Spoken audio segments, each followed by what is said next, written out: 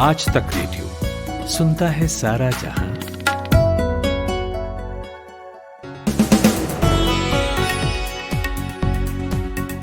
नमस्कार, 12 जनवरी है आज, दिन है मंगलवार और शाम का खबरनामा दिन भर लेकर हाजिर हूं मैं अमन गुप्ता। तीनों ही कृषि कानूनों को लागू करने पर आज सुप्रीम कोर्ट ने रोक लगा दी, लेकिन किसान आंदोलन से हटने को राजी नहीं है। तो क्या है डर किसानों का, और सुप्रीम कोर्ट की बनाई कमेटी के पास अगर किसान नहीं गए तो क्या होगा? आर्मी डे से पहले हुई सालाना प्रेस कॉन्फ्रेंस में चीन और पाकिस्तान की मिली भगत पर सेना प्रमुख MM नरवणे ने क्या कहा, इन बयानों का कैसा असर होगा और सेना में आधुनिकीकरण को लेकर क्या बातें हुई, ये भी जानेंगे। और तीसरी खबर में बात होगी कि क्या जम्मू कश्मीर में उग्रवादी घटनाएं कम हो गई हैं या गृह मंत्रालय के आंकड़ों के उलट कुछ तस्वीर है।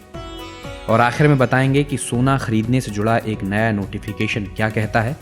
लेकिन फिलहाल हेडलाइंस का वक्त है, लेकर आई हैं खुशबू कुमार।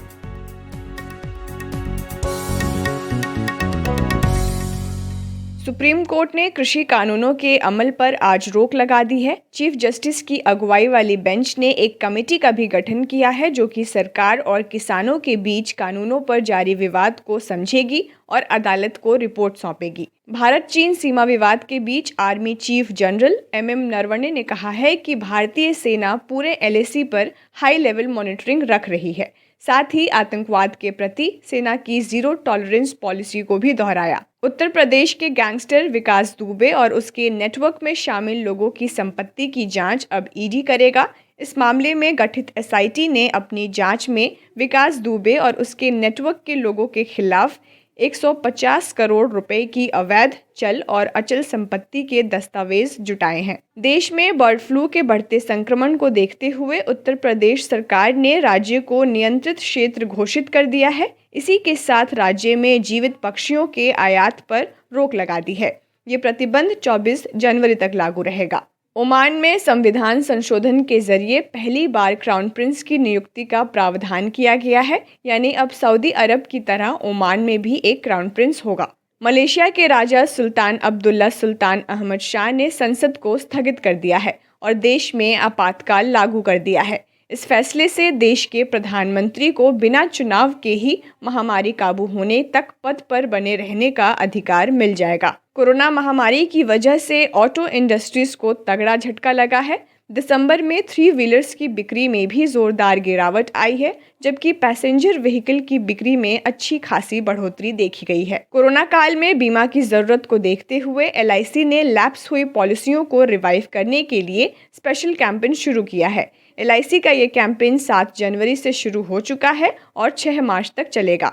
और badminton star Saina Nehwal Thailand open में कल यानी बुधवार को खेल सकती हैं। बैडमिंटन एसोसिएशन ऑफ इंडिया के सूत्रों के मुताबिक उनकी कोरोना रिपोर्ट पॉजिटिव नहीं थी। जो रिपोर्ट सामने आई थी वो गलत थी। आप सुन रहे हैं आज तक रेडियो। शाम का डेली न्यूज एनालिसिस पॉडकास्ट दिन भर सुन रहे हैं आप। मेरा नाम अमन गुप्ता है। दिल्ली की सीमा पर किसानों का हुजूम पिछले 48 दिनों से लगा हुआ है। अलग अलग बॉर्डर पर हजारों की संख्या में किसान, जिनमें बुजुर्ग, महिलाएं और बच्चे भी शामिल हैं, डटे हुए हैं। अब तक कई किसानों की मौत हो चुकी है। इनमें कुछ ने ठंड से जान गंवाई है तो कुछ ने विरोध में आत्महत्या कर ली। लेकिन आखिरकार आज कृषि कानूनों को लेकर संघर्ष में किसानों को एक फौरी राहत मिल गई। सुप्रीम कोर्ट ने तीनों कृषि कानूनों को लागू करने पर रोक लगा दी है। साथ ही साथ चीफ जस्टिस की अगुवाई वाली बेंच ने इस मसले पर बातचीत के लिए 4 सदस्यों की कमेटी बनाई है। इसमें भारतीय किसान यूनियन के नेता भूपेंद्र सिंह मान, international policy head doctor Pramod Kumar Joshi, agriculture economist Ashok Gulati और शेतकरी संगठना महाराष्ट्र के अनिल घनवंत शामिल हैं। ये कमेटी अपनी रिपोर्ट सीधे सुप्रीम कोर्ट को ही सौंपेगी। जब तक कमेटी की रिपोर्ट नहीं आती है तब तक कृषि कानूनों के अमल पर रोक जारी रहेगी। किसानों के वकील AP सिंह ने इसे किसानों की जीत बताया है। किसानों की जीत है। माननीय सर्वोच्च न्यायालय सुप्रीम कोर्ट ने जो हम लोगों की पिटीशन थी सुप्रीम कोर्ट में इन कानूनों के खिलाफ, ये कानून लागू नहीं होने चाहिए, उन कानूनों को लागू न करने के लिए सुप्रीम कोर्ट ने आज स्टे कर दिया है। कानूनों पर रोक लगाना भारत के किसानों की सबसे बड़ी जीत है और ये सरकार की हार है। माननीय सर्वोच्च न्यायालय ने कहीं न कहीं माना कानून गलत थे, किसान विरोधी थे, आर्बिट्रेटरी थे, अनकॉन्स्टिट्यूशनल थे, इसलिए इन कानूनों पर रोक लगा दी गई है। ये थे किसानों की ओर से सुप्रीम कोर्ट में बहस कर रहे वकील एपी सिंह। उधर भारतीय किसान यूनियन के नेता राकेश टिकैत ने यह कह दिया है कि वे इस बिल की वापसी के बगैर हटेंगे नहीं। उनसे हमारी डिमांड ये थी कि ये कानून वापसी हो, हमारी स्टे की तो बात थी नहीं हमारी। यानी इस फौरी राहत के बाद भी किसान आंदोलन खत्म करने को राजी नहीं है। तो क्या किसानों को यह डर है कि इतने दिन से बनाया गया मोमेंटम टूट जाएगा? यही पूछा मैंने इंडिया टुडे के national affairs editor Rahul Srivastava से। देखिए, पिछली 2 बैठकें जो सरकार और किसान यूनियन के बीच हुई थी उसमें मामला लग रहा था कि दोनों के बीच में अगर मामला नहीं सुलझेगा तो ये सुप्रीम कोर्ट जाएगा। और किसानों का संशय था कि अगर ये सुप्रीम कोर्ट गया तो लंबा चलेगा और काफी मियाद होगी सुप्रीम कोर्ट किसी भी लीगल मामले की। लेकिन सरकार कह रही थी कि अगर ये कानून वैध है तो सुप्रीम कोर्ट के कहने पे वैध माने जाएंगे, और अगर नहीं सुप्रीम कोर्ट कहती है कि ये वैध है तो मामले सरकार इनको निरस्त कर देगी। इसको देखते हुए किसानों के मन में काफी संशय था कि वो एक लंबी लीगल बैटल के लिए तैयार नहीं थे। लेकिन अब जो कि सुप्रीम कोर्ट ने इसके अमल से रोक लगा दी है, इसको देखते हुए कहीं ना कहीं सरकार के लिए एक मामला रिलीफ का है। कोर्ट ने कहा है कि 4 लोगों की एक कमेटी होगी और उस कमेटी के अंदर भूपेंद्र सिंह मान होंगे भारतीय किसान यूनियन के, अनिल घनवत होंगे शेतकारी संगठन के, प्रमोद कुमार जोशी होंगे और एग्रीकल्चर इकोनॉमिस्ट अशोक गुलाटी होंगे। इसको लेकर के किसानों को कहना है कि इसमें जो कमेटी में लोग ज्यादातर हैं वो प्रो रिफॉर्म है, यानी इन बिलों का फेवर करते रहे हैं और पिछले कुछ दिनों में उनके जितने वक्तव्य आए हैं वो इन बिलों के फेवर में है। और कल भी किसानों ने ये कहा था कि वो किसी भी ऐसी कमेटी जो कि सुप्रीम कोर्ट बनाएगी उसके समक्ष नहीं जाएंगे। वो हियरिंग में भी उन्होंने आने से मना किया था क्योंकि उनका कहना था कि ये बिल सरकार लाई है और कहती है कि उनके फायदे से है और इससे उनको लगता है नुकसान है। तो मामला कोर्ट में कानूनों की वैधता का नहीं है, किसानों पे हो रहे नुकसान का है। इसको लेकर के सरकार इनको निरस्त करे, इसके अलावा कोई और बात को मानने को तैयार नहीं है। इसीलिए कहा जा सकता है कि किसानों को अभी भी इस सुप्रीम कोर्ट के आदेश के बाद भी काफी संशय। बिल्कुल राहुल, और किसान कमेटी बनाने के पक्ष में थे भी नहीं, लेकिन अब जो कमेटी बन गई है और कोर्ट ने आज कहा भी कि कमेटी न्यायिक प्रक्रिया का हिस्सा होगी, और ये भी कहा है कि हम ये दलील नहीं सुनना चाहते कि किसान कमेटी के पास नहीं जाएंगे और मसले का हल चाहते हैं। तो आपको क्या लगता है, क्या किसान कमेटी के पास जाएंगे? और अगर नहीं गए तो क्या होगा? देखिए, जब तक सरकार के खिलाफ वो विरोध कर रहे थे, बिलों के खिलाफ सरकार से नेगोशिएट कर रहे थे, तब तक एक मार्जिन था कि वो विरोध करके सरकार को किसान विरोधी करके एक पब्लिक में स्टांस ले सकते थे। लेकिन आज देश की सर्वोच्च न्यायालय द्वारा गठित किसी भी समिति का विरोध करना या उसकी अवहेलना करना और उसके बावजूद विरोध को एस्केलेट करना, जैसे कि जनवरी 26 को उन्होंने एक कार्यक्रम रखा है कि वो दिल्ली की तरफ कूच करेंगे और राजपथ पे परेड करेंगे ट्रैक्टरों से, उस सबको करना किसानों के लिए नुकसानदेह साबित हो सकता है। क्योंकि सुप्रीम कोर्ट की अवहेलना करना या सुप्रीम कोर्ट के किसी एक बनाए हुए मैकेनिज्म को, जो कि एक मामले को सुलझाने के लिए मैकेनिज्म बनाया गया है, उससे कानूनी पेचीदगियां खड़ी होती हैं। और दूसरा एक बहुत बड़ी बात है, एक पब्लिक लॉस ऑफ फेस होता है। उससे ये लगेगा कि किसान किसी भी तरह सोल्यूशन के लिए फ्लेक्सिबल नहीं है और एक कड़ा रवैया अपना रहे हैं और किसी की बात मानने को तैयार नहीं है। और इसके कारण पब्लिक सिंपैथी और एक पब्लिक परसेप्शन जो है वो उनके खिलाफ जा सकता है। ये उनके लिए मुश्किल का सबब है। क्यों? क्योंकि जो प्रोटेस्ट है वो कुछ ही इलाकों के लोग किसान कर रहे हैं और पूरे देश में उनको इस मामले में सरकार का असेसमेंट अब यह है कि पूरे देश में उनको समर्थन किसानों का नहीं है। तो कुछ इलाकों के किसान कानून के खिलाफ विरोध करें, सुप्रीम कोर्ट के द्वारा बनाए गए मैकेनिज्म जो कि निस्तारण के लिए हो या मामले को सुलझाने के लिए हो, उसका भी विरोध करें, उसमें पार्टिसिपेट ना करें, ये किसान आंदोलन के लिए ठीक नहीं होगा। पब्लिक परसेप्शन इससे उनके लिए खराब हो सकता है। ये थे इंडिया टुडे के national affairs editor Rahul Srivastava.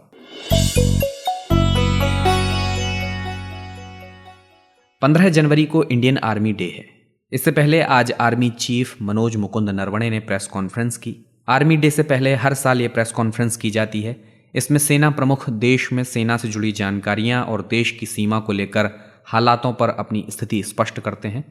तो आज हुई प्रेस कॉन्फ्रेंस में सेना प्रमुख ने कहा कि पिछला साल चुनौतियों से भरा था, बॉर्डर पर तनाव था और कोरोना संक्रमण का भी खतरा था, लेकिन सेना ने इसका कामयाबी से सामना किया। उन्होंने कहा कि आर्मी एविएशन के अगले कोर्स में महिला अफसर पायलट भी ट्रेनिंग पर दाखिल होंगी। और पाकिस्तान और चीन को लेकर थल सेना प्रमुख ने यह कहा कि दोनों मिलकर भारत के लिए एक बड़ा खतरा पैदा करते हैं और उनसे टकराव की आशंका को दूर नहीं किया जा सकता। हालांकि उन्होंने ये भी कहा कि देश की सेना हर चुनौती से निपटने को तैयार है और चीन के साथ लगती पूर्वी लद्दाख की सीमा में जहां विवाद चल रहा है वहां हमारे सैनिक डटे रहेंगे।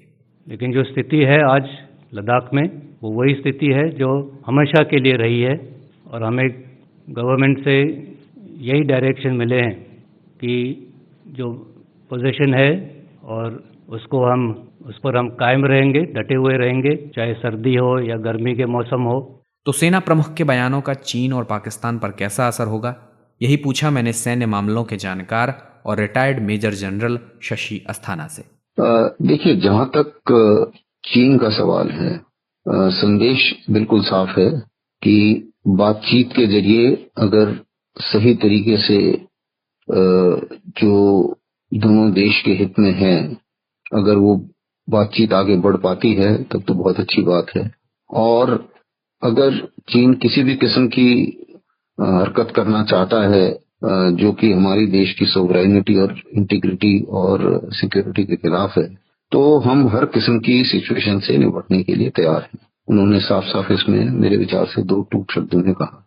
उसी मुताबिक अगर आप पाकिस्तान की तरफ देखें, उन्होंने साफ साफ दो टूक शब्दों में कहा कि 0 टॉलरेंस है टेररिज्म के लिए, और हम लोग जो हैं we reserve the right to respond at the time and place of own choosing. इसका मतलब है कि भाई अगर आप इस किस्म की हरकत से बाज नहीं आते हैं तो इसका रिस्पांस भी होगा, कब होगा, कहाँ होगा, वो हम डिसाइड करेंगे। तो जाहिर है कि टेररिज्म के खिलाफ एक कड़ा संदेश पाकिस्तान को गया है और किसी भी किस्म के अतिक्रमण ना करने के खिलाफ एक कड़ा संदेश चीन को गया है।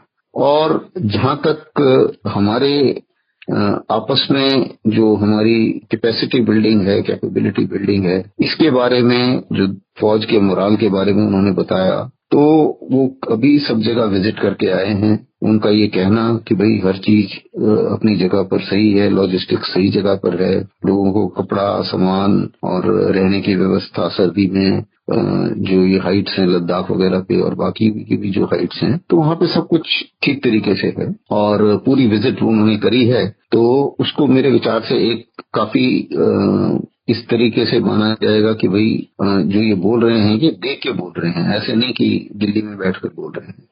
ये थे retired major general Shashi Asthana. और सेना प्रमुख की प्रेस कॉन्फ्रेंस में आज तक रेडियो के रिपोर्टर मंजीत नेगी भी थे। मैंने उनसे बात की और पूछा कि हर साल जो सेना में मॉडर्नाइजेशन और साजो सामान को लेकर बात होती है, उसे लेकर क्या कुछ कहा गया। उन्होंने कहा कि इस वक्त अभी क्योंकि बजट आने वाला है इस फरवरी में, तो बजट को लेकर सवाल पूछे गए थे कि सेना के खासतौर से जो आधुनिकीकरण है, सेना में कई खासतौर से अगर राइफल की बात की जाए, बड़ी संख्या में जो पैदल सेना है उनको राइफल की जरूरत है। उसके अलावा बुलेट प्रूफ जैकेट है और तमाम और जो आर्टिलरी गन है, खासतौर से लंबी दूरी तक पार करने वाली सेना को जिन गनों की जरूरत है वो फोर्स की जगह पर, उनके तमाम इस वक्त ट्रायल चल रहे हैं, सौदे चल रहे हैं। उसको लेकर भी सवाल पूछा गया था, जिसको लेकर उन्होंने कहा कि भले ही इस वक्त कोविड की वजह से थोड़ा उस प्रक्रिया में देरी हुई है, लेकिन सेना की कोशिश है कि इस बजट के दौरान भी सेना के जो इस तरह के बड़े प्रोजेक्ट हैं आधुनिकीकरण के, खासतौर से सैनिकों को पूरी तरह से हथियारों से लैस करने, उन पर ध्यान दिया जाएगा। इसके साथ ही उन्होंने कहा कि सेना के पास बहुत बड़ी संख्या में लैंड बैंक है, यानी कि जमीनें हैं। सेना के जो पुराने कृषि फार्म थे, उन जमीनों के बदले भी सेना की कोशिश है कि सेना उसका इस्तेमाल सेना के आधुनिकीकरण में किया जाए, यानी कि वो जमीन सरकार को देकर या फिर दूसरी संस्थाओं को देकर उस जमीन का इस्तेमाल किया जाए। जमीन का इस्तेमाल भी एक तरह से सेना के आधुनिकीकरण में किया जाए। तो ऐसे कई प्रोजेक्ट हैं जिस पर सेना प्रमुख ने एक तरह से प्रकाश डाला कि किस तरह से सेना को जो आधुनिकीकरण है, चाहे हथियारों से लैस करने की बात, चाहे तकनीक से लैस करने की बात हो, उस पर सेना काम कर रही है। ये थे डिफेंस से जुड़ी खबरों पर नजर रखने वाले आज तक रेडियो रिपोर्टर मंजीत नेगी। आज तक रेडियो अब सुनिए आज तक की मोबाइल एप्लीकेशन पर भी। प्ले स्टोर से आज तक की मोबाइल ऐप डाउनलोड करें। ऐप में आपको सबसे ऊपर राइट साइड में 3 आइकन दिखेंगे। उनमें से एक जो सबसे बीच में है वो है आज तक रेडियो का आइकन, तो उसे उंगली से जरा सा छू दीजिए और खुल जाएगा हमारा पिटारा, जिसमें क्या है, न्यूज़ तो हर जगह है पर हमारे यहाँ न्यूज़ है सही कॉन्टेक्स्ट के साथ। खबर तो आ गई पर खबर से आगे की बात क्या है, उसका एनालिसिस आपको हमारे यहाँ मिलेगा। और इस ठिकाने पर सिर्फ खबरें ही नहीं हैं, ज्ञान की बातें हैं, मज़ेदार किस्से हैं, बतकही है और भी बहुत कुछ है, जिसका स्वाद लेने के लिए इस गली के चक्कर लगाते रहें। आज तक रेडियो कहते हैं इसे, सुनता है सारा जहां।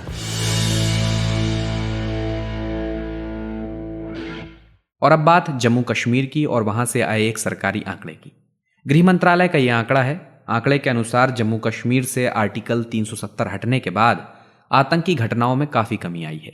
एमएचए के अनुसार 2019 के मुकाबले 2020 में अगर 15 नवंबर तक के आंकड़ों को कंपेयर करें तो जम्मू और कश्मीर में आतंकी घटनाओं में करीब 64% की गिरावट रिकॉर्ड की गई है।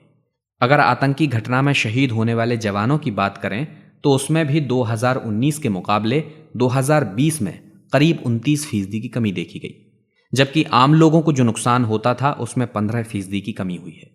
घाटी में मिलिटेंसी की घटना के कम होने का जो आंकड़ा सरकार ने दिया है, क्या यह बदलते हालात की कहानी बयां करता है या हालात पहले से ही बदलने शुरू हो गए थे जो अब आंकड़ों के रूप में दिख रहे हैं?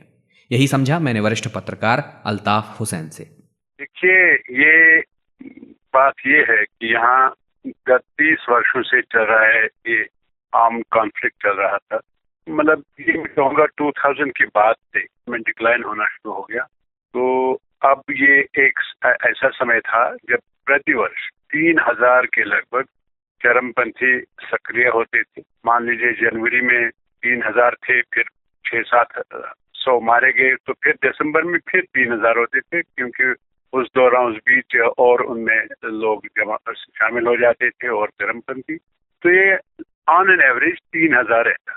तो अब पिछले कई वर्षों से ये संख्या 200 के लगभग, कभी 200, कभी 250, कभी उससे भी कम या उससे थोड़ा ज्यादा ऐसा रहा है कि जो भारतीय सुरक्षा बल है उन्होंने इससे काफी हद तक काबू पा लिया था, इसको कंट्रोल किया हुआ था, अगर स्टैम्प आउट नहीं किया था।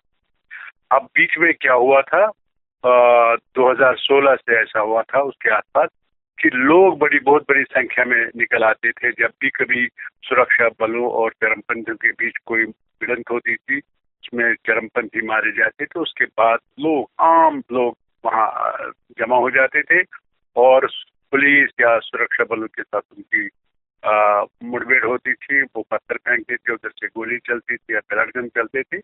तो जब 370 को हटाया गया, उस समय यहाँ मिलिटेंसी एक बड़ा चैलेंज नहीं था। ये मतलब ये जो अदरवाइज जो प्रॉब्लम है उतना वो सीवियर वो नहीं है जितना ये था एक जमाने में। इस पे नियंत्रण पा लिया गया है पहले। ये थे जम्मू कश्मीर में वरिष्ठ पत्रकार अल्ताफ हुसैन। और अगली खबर पर बढ़ें उससे पहले आपको बता देते हैं लेटेस्ट पॉडकास्ट के बारे में। तो आपको हमारे पॉडकास्ट सेक्शन में एक पॉडकास्ट मिलेगा जिसमें व्हाट्सएप के विकल्प के तौर पर इस्तेमाल होने वाले ऐप्स के बारे में चर्चा की है। नितिन ठाकुर ने टेक एक्सपर्ट अभिषेक तेलंग से ये चर्चा की है। तो कौन कौन से ये ऐप हैं और कैसे इस्तेमाल होंगे, प्राइवेसी की कौन कौन सी चीज़ें ये आपकी लेंगे, इन सब बारे में चर्चा की गई है, ज़रूर सुनिएगा।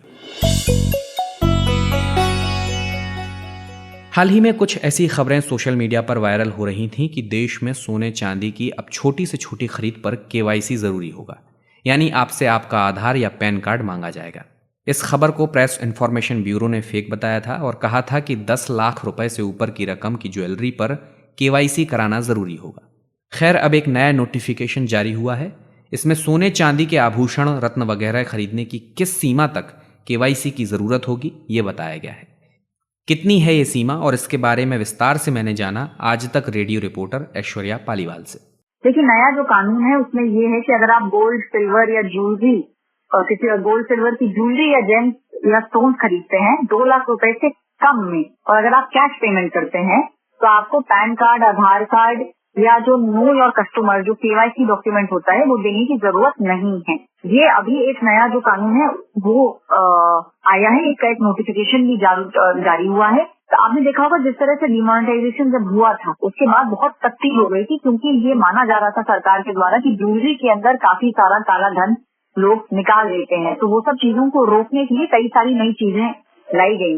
अभी जो एक है वो यही है कि अगर आप 2 लाख रुपए से कम में और अगर आप कैश देते हैं, अगर आप ज्वेलरी खरीदते हैं गोल्ड या सिल्वर की या जेम्स या जो प्रेशियस स्टोन्स होते हैं वो खरीदते हैं, तो अब आपको पैन कार्ड, आधार कार्ड या नो योर कस्टमर डॉक्यूमेंट देने की आवश्यकता नहीं है। अच्छा ऐश्वर्या, ये जो नोटिफिकेशन जारी हुआ है ये किस डिपार्टमेंट का है और किस कानून के तहत इसे लाया गया है? देखिए, जो prevention of money laundering act है 2002 का, उसके तहत 28 दिसंबर 2020 के अंदर ये जो नया नोटिफिकेशन था डिपार्टमेंट ऑफ रेवेन्यू ने जारी किया था। एक इंटरनेशनल टास्क फोर्स है जिसे फाइनेंशियल एक्शन टास्क फोर्स कहा जाता है। ये फाइनेंशियल एक्शन टास्क फोर्स जो है वो दुनिया भर के अंदर हर जगह इसी तरीके के फाइनेंशियल ट्रांजैक्शन पे नजर रखती है। तो उनका मानना ये था कि 2 लाख रुपए से कम का जो ट्रांजैक्शन होता है अधिकतर वो काला धन नहीं होता है। और अब जो जिन चीजों पे ध्यान दिया जा रहा है वो है, अगर आप 10 लाख रुपए या 10 लाख रुपए से ऊपर की ज्वेलरी खरीदते हैं और उसमें कैश देते हैं, उसमें आपको आपका पैन कार्ड, आधार कार्ड और केवाईसी का डॉक्यूमेंट जरूर देना पड़ेगा। देखिए, पैन कार्ड से आपका बैंक अकाउंट लिंक होता है, उससे इनकम टैक्स ऑफिसर्स को भी ये पूरी जानकारी रहती है कि इनकम की सोर्स क्या है, कहाँ पे उसको लगाया गया है, तो पूरा एक सर्कल बन जाता है। उसके तहत जो है ये 10 लाख रुपए का अब किया गया है कि 10 लाख रुपए से ऊपर का अगर आप ज्वेलरी लेंगे और कैश में तो फिर आपको ये सब देना पड़ेगा। बट 2 लाख रुपए से कम की ज्वेलरी अगर आप खरीदते हैं तो आपको ये सारे डॉक्यूमेंट अब देने की आवश्यकता नहीं है। अच्छा, ये भी जानना चाहूंगा ऐश्वर्या, इस कानून को या इस नियम को बनाने के पीछे की क्या बड़ी वजह है? देखिए, एक वजह इसकी जो बहुत बड़ी वजह है वो ये है कि अचानक से हमने देखा था कैसे डिमोनेटाइजेशन के बाद आईटी डिपार्टमेंट के ऊपर काफी ज्यादा दबाव पड़ने लग गया था, क्योंकि हर छोटा मोटा ट्रांजैक्शन फिर उनके पास जाने लग गया था। हालांकि आजकल इनकम टैक्स ऑफिसर्स मैनुअली नहीं करते हैं, ज्यादातर सब कुछ टेक्नोलॉजी से होता है, लेकिन जो नंबर उनके पास पहुंच रहा था वो बहुत ज्यादा था। फिर तहकीकात करने के बाद पता चला कि 2 लाख रुपए से कम की जो चीजें खरीदी जाती हैं अमूमन वो काला धन नहीं होती है। वो ज्यादातर लोग एक तो कम लोग कैश में लेते हैं, ज्यादातर लोग चेक वगैरह से ही देते हैं, तो वो बर्डन कम करने की वजह से और एक्चुअल के अंदर रिसोर्सेज वहां लगाए जा सके जहाँ पे ये ट्रांजैक्शन बहुत ज्यादा हो रहा है। 10 लाख रुपए से ऊपर के बहुत सारे ट्रांजैक्शन पकड़े गए, कैश के अंदर बहुत ज्यादा ट्रांजैक्शन पकड़े गए हैं। तो वो जो काला धन है और वो जो पैसे को जिस तरह से रोटेट किया जाता है, जो हवाला मनी है, उसको पकड़ने के लिए अब सारी रिसोर्सेज वहां पे लगाई गई हैं। इसीलिए ये 2 लाख रुपए का खत्म कर दिया गया है। ये थी आज तक रेडियो रिपोर्टर ऐश्वर्या पालीवाल। खबरों की हलचल और देश विदेश का मिजाज आप सुन रहे हैं आज तक रेडियो। इसी के साथ आज दिन भर में बस आपसे विदा लेने का वक्त हो गया है। कार्यक्रम में आज फिलहाल इतना ही। अगर आपका कार्यक्रम से जुड़ा कोई फीडबैक है तो आप हमें radio@aajtak.com पर भेज सकते हैं। इसके अलावा अगर आप ऑडियो OTT प्लेटफॉर्म इस्तेमाल करते हैं ऑडियो प्रोग्राम सुनने के लिए, जैसे Spotify, Google podcast, Apple podcast, Podchaser, Castbox, तो वहाँ हमें सर्च कीजिए, हमारे प्रोग्राम आपको वहाँ मिलेंगे। उन्हें सब्सक्राइब कर लीजिए ताकि आपको समय से अपडेट मिलता रहे। इस कार्यक्रम की साउंड मिक्सिंग कर रहे थे कपिल देव सिंह। मैं हूं अमन गुप्ता, इजाजत चाहूंगा। नमस्कार।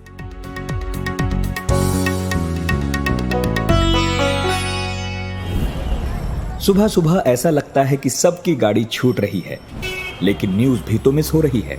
स्कूल, कॉलेज या ऑफिस की पूरी तैयारी तो हो जाती है, मगर देश दुनिया की अपडेट्स ले पाते हैं क्या? तो आपकी प्रॉब्लम का स्मार्ट सॉल्यूशन ये है कि अपनी सुबह की शुरुआत आप आज तक रेडियो के साथ कीजिए। कल क्या हुआ और आज क्या हो सकता है, सटीक एनालिसिस, पहले बड़ी खबरें और फिर अखबारों के चुनिंदा मोती। ये है सुबह का खबरनामा, आज का दिन, मेरे यानी नितिन ठाकुर के साथ।